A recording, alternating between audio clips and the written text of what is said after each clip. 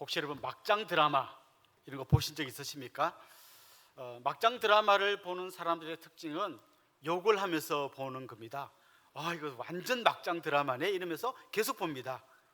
왜냐하면 그 막장 드라마에는 사람을 끄는 굉장히 강한 어떤 힘이 있습니다. 그게 뭘까요?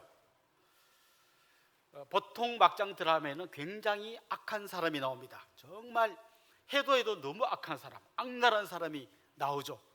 그 사람이 한 가정을 파괴하고 한 기업체를 무너뜨리고 이런 장면이 많이 나옵니다.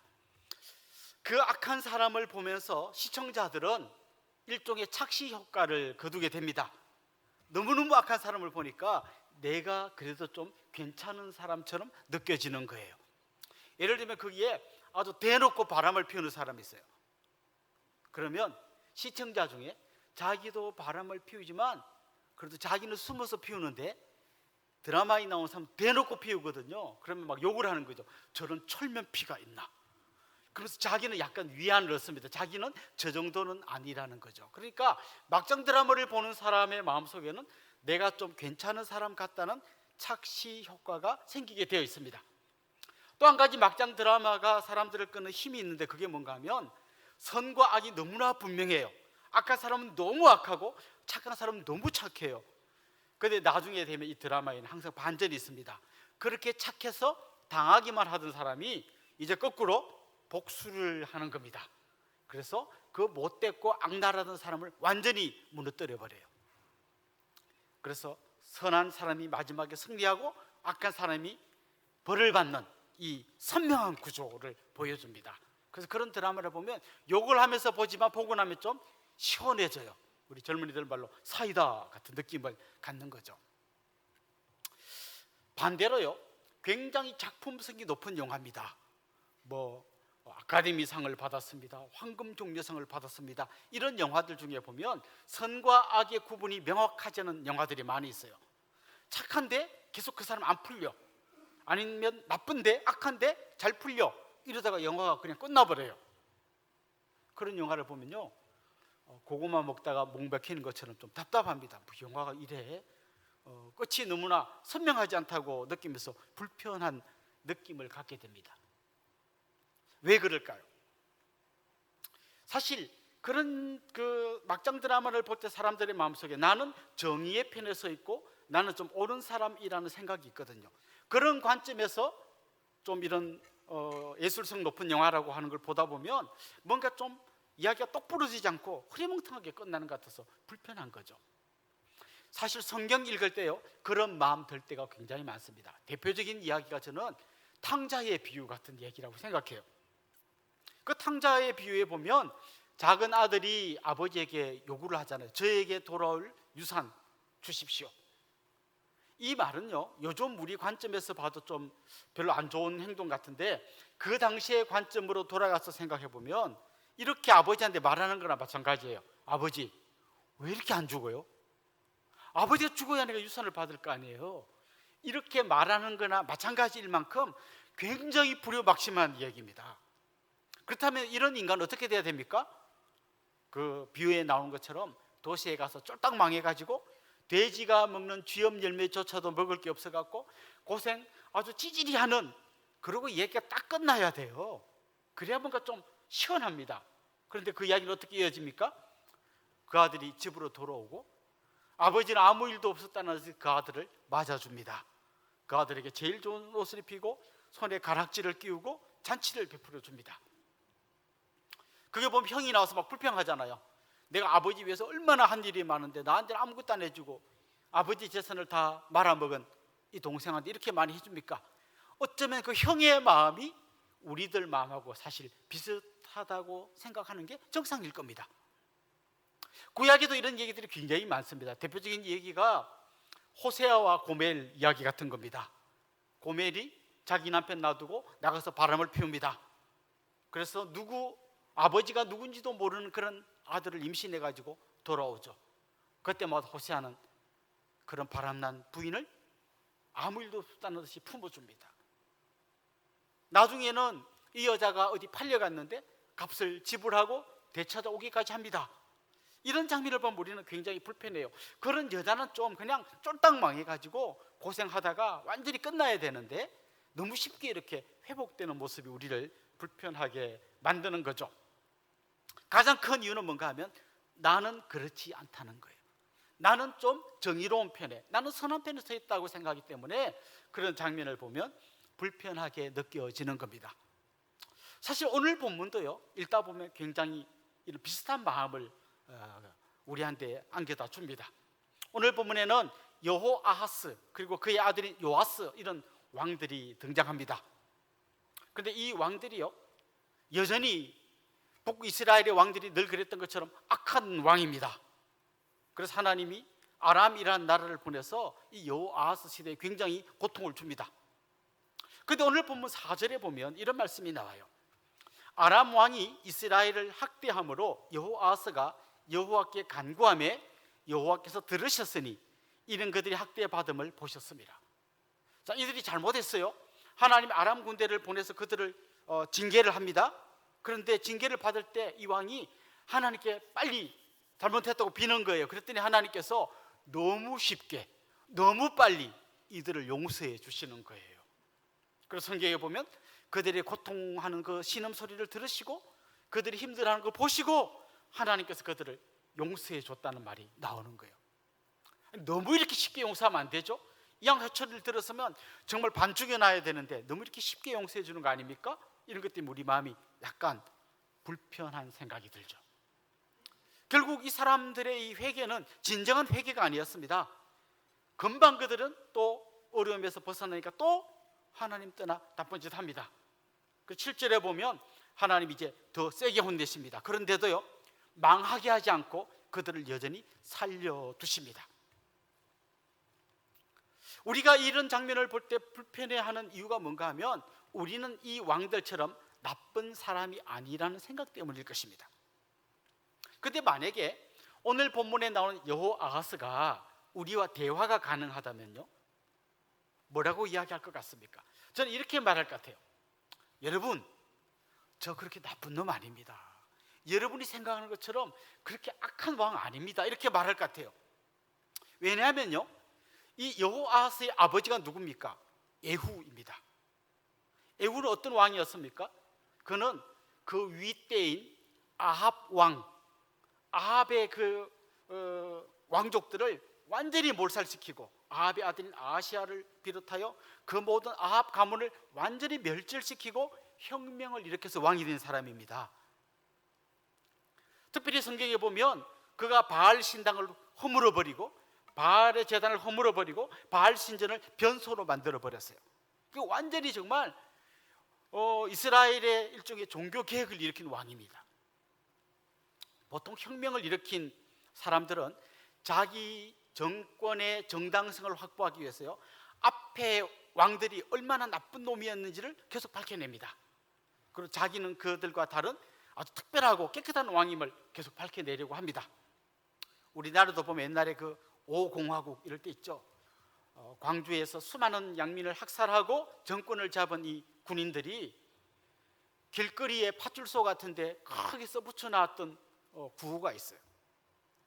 아마 기억하시는 분 계실 겁니다. 정의사회 구현.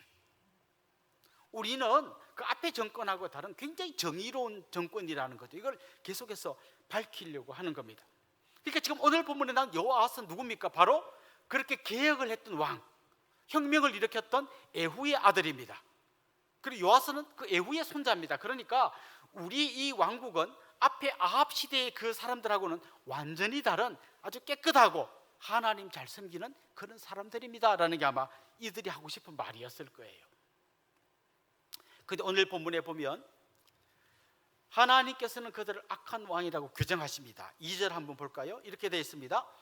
여호와 보시기에 악을 행하여 이스라엘에게 범죄하게 한 느밧의 아들 여로보암의 죄를 따라가고 거기서 떠나지 아니하였으므로.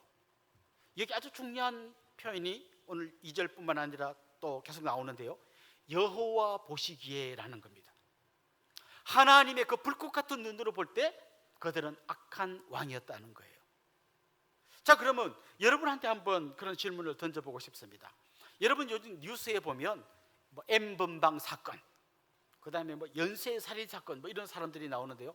그 사람들보다 여러분이 더 깨끗합니까? 지금 말이라고 합니까? 어떻게 그런 인간들하고 우리를 비교하십니까? 그들보다 우리는 훨씬 깨끗하고 훨씬 그래도 괜찮은 사람들이죠. 그럼 다시 한번 질문을 던져보겠습니다. 여러분, 여호와 보시기에, 하나님 보시기에 여러분은 괜찮은 사람들입니까? 좀 전에 그런 인간들하고 비교할 때 우리는 굉장히 그래도 훨씬 나은 사람이지만, 하나님 보시기에라는 말을 갖다 붙이면 우리 중에 누구도 자신 있는 사람은 없을 거예요. 그래서 하나님 보시기에 우리는 죄인이죠, 이렇게 말할 수밖에 없을 거예요. 만약 우리가 그렇게 말한다면 여호아하스가 우리 보고 그렇게 말할 거예요. 그럼 당신들이나 나나 똑같아요. 나도 분명히 다른 인간들보다는, 그 앞에 있던 아합 가문의 왕들보다는 훨씬 훌륭한 왕이지만 하나님 보실 때는 죄인이었죠. 그럼 여러분도 그렇다면 저랑 여러분이 다를 게 뭐 있습니까? 아마 이렇게 이야기할 겁니다. 다시 말해서 지금 오늘 이 본문을 보면서 우리가 좀 불편해하고 왜 저렇게 쉽게 하나님 용서해 주는가 이렇게 이야기할 수 없는 우리도 똑같은 사람들이라는 거예요. 그렇다면 오히려 오늘 이 말씀은 하나님께서 너무 쉽게 용서해 주시는구나 라고 생각할 내용이 아니라, 저렇게 하나님 앞에 조금이라도 돌아가면 하나님 용서해 준다는 것이 우리에게도 소망이 되는구나, 이렇게 보아야 할 말씀이라는 거예요. 사실 오늘 본문에 보면 이들이 여호와 보시기에 악을 행했다고 그랬는데요, 그들이 행한 악이 구체적으로 뭘까요? 오늘 본문에 보면 이들이 분명히 그 바알의 신전을 다 허물고 뭔가 좀 개혁을 하는 왕처럼 보이지만 여로보암의 죄에서 떠나지 못했다. 이게 계속 하나님께서 그들을 볼 때 왜 잘못된 왕이라고 말하냐면 여로보암의 죄에서 떠나지 못했기 때문에 계속해서 그들에게 문제가 있다고 보신 거예요. 여러분, 여로보암의 죄가 뭘까요? 이스라엘이 솔로몬 이후에 남쪽 북쪽 나라 두 쪽으로 이렇게 나누어졌습니다. 남쪽은 솔로몬의 후손들, 다윗의 후손들이 계속 왕위에 올랐지만요, 북쪽은 여로보암이라는 왕이 등극해서 이제 새로운 왕국을 만든 거죠. 여로보암은 12지파 중에 10지파를 데리고 갔습니다. 그러니까 북쪽이 훨씬 더 처음에는 더 힘이 셌던 것 같아요. 그럼에도 불구하고 여로보암의 마음속에 늘 불안함이 있었는데요, 이스라엘 백성들의 신앙의 중심이 예루살렘이고 그 예루살렘 성전인데 그게 남쪽에 있었단 말입니다.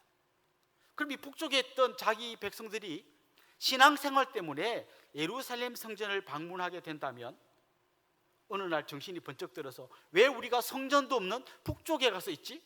하고 이 남쪽에 예루살렘 성전이 있는 이 남쪽으로 가고 싶어서 자기를 죽이고 자기 정권이 무너질 수 있다는 두려움이 늘 있었어요.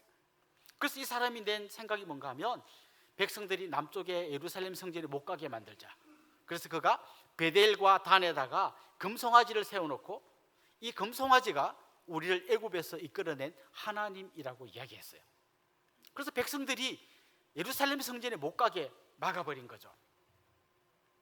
자, 여기 아주 중요한 포인트가 있는데요, 진짜 우리에게 우상이 뭔지를 알고 싶다면 우리가 뭘 두려워하는지를 볼 필요가 있다는 거예요. 진짜 우리가 두려워하는 그게 우리의 우상일 가능성이 굉장히 높습니다. 자, 예를 들면 나는 정말 우리 아이를 열심히 공부시켜서 좋은 대학에 보내고 싶어요. 근데 마음속에 불안함이 있어요. 이러다가 얘가 대학 떨어지면 어떡하지? 그 불안함 안을 잘 이렇게 무서워하는 걸 헤집고 들여다보면 대학이 우리의 우상이 될 경우가 많이 있다는 거죠. 마찬가지예요. 코로나 때문에 우리가 막 이렇게 하다가 잘못해서 내가 코로나 그래 죽으면 어떡하지? 건강은 굉장히 중요한 것이지만 그게 우리에게 두려움을 줄 정도라면 건강이 우리의 우상이 될 수도 있습니다. 때로는 뭐 사업의 성공, 이게 실패하면 어떡하지? 이게 우리를 두렵게 만든다면 그게 우리의 우상이 될 수도 있는 거죠. 결국 우리를 두렵게 만드는 것이 우리의 우상이 되고 그 우상 때문에 우리가 하나님을 온전히 섬기지 못한다면 우리도 오늘 본문에 나오는 여호아하스와 다를 바가 없다는 것이죠. 그렇다면 결국 우리는 오늘 이 여호아하스를 너무 쉽게 용서해 주시는 하나님 앞에서 실망할 것이 아니라 오히려 그 하나님의 그런 속성 때문에 우리가 감사하고 그 하나님께로 돌아갈 수 있는 중요한 열쇠를 발견하는 것이 중요하다는 거예요. 한마디로 오늘 본문에서 보여주신 하나님은 은혜를 베풀어 주시는 분이십니다. 그리고 조금만 하나님 앞에 돌아서려고 하면 다시 용서해 주시고 품어주시는 분이십니다. 이게 우리에게 소망이 된다는 것이죠. 여러분 말씀드렸습니다마는 열왕기서를 읽었던 첫 번째 독자들은 지금 바벨론의 포로로 잡혀간 사람들이에요. 그들이 오늘 이 본문을 읽으면서 정말 깨달아야 할 진리가 뭡니까? 하나님은 이렇게 은혜를 베풀려고 하시는 분이구나. 빨리 우리가 그 하나님께로 돌아가야겠구나. 그걸 깨달아야 했던 것이죠. 우리도 마찬가지입니다. 하나님은 왜 이렇게 이들에게 계속 은혜를 베풀려고 했을까요? 오늘 읽은 본문 23절에서는 이렇게 설명합니다. 한번 23절 같이 읽어볼까요? 여호와께서 아브라함과 이삭과 야곱과 더불어 세우신 언약 때문에 이스라엘에게 은혜를 베풀며 그들을 불쌍히 여기시며 돌보사 멸하기를 절개하지 아니하시고 이때까지 자기 앞에서 쫓아내지 아니하셨더라. 자, 여기에 보면 하나님이 끊임없이 이렇게 그들을 용서해 주시고 은혜를 베풀어 주신 이유가 뭔가 하면 언약 때문이었다는 거예요. 그런데 예수 우리가 잘 봐야 되는데 이 남쪽의 왕들이 잘못할 때 하나님께서 그들에게 계속 은혜를 베풀어 주신 이유가 뭔가 하면 다윗과 맺은 언약 때문이라고 얘기해요. 근데 문제는 북쪽 사람들은 다윗의 후손이 아니잖아요. 그러면 다윗의 언약으로 북쪽 사람들을 품어준다는 게 좀 말이 안 되잖아요. 그럼 하나님이 뭐라고 이야기하는가 하면 남쪽은 다윗의 언약이라고 이야기했지만 북쪽 이야기할 때는 아브라함과 이삭과 야곱과 맺은 언약을 끄집어옵니다. 왜냐하면 아브라함은 남쪽 북쪽에 다 조상이니까요. 이 무슨 얘기인가 하면 하나님은 은혜를 베풀려고 하여튼 무슨 끈데기라도 있으면 그거 찾아와 가지고 은혜를 베풀어 주려고 한다는 거예요. 말도 안 되는데 이렇게까지 하나님 앞에 잘못했다고 돌아서면 또 배신하는 이런 인간들을 완전히 멸하시지 않고 끝까지 기다려 주신 이유는 어떻게든 은혜를 베풀려고 하는 하나님의 그 사랑이 있기 때문이라는 것이죠. 특별히 하나님께서 이들에게 은혜를 베푸는 두 가지 방식이 있는데 하나는 끝까지 기다려 주는 거예요. 그리고 조금만 회개하면 또 용서해 주는 거예요. 이게 하나님의 은혜를 베푸시는 방식이에요. 또 한 가지 하나님께서 은혜를 베푸시는 방식이 뭔가 하면 선지자를 보내주신 거예요. 그래서 이 선지자를 통해서 깨닫게 하시고 생각나게 하시고 돌아오게 하시는 겁니다. 그래서 이 북이스라엘에 아합을 비롯한 이세벨 온갖 악한 왕들이 있었지만 그래도 망하지 않았던 이유가 뭔가 하면 엘리야나 엘리사 같은 선지자가 있었기 때문이에요. 오늘 본문에도 보면 이 엘리사 선지자가 이제 마지막 임종을 앞두고 있는데요.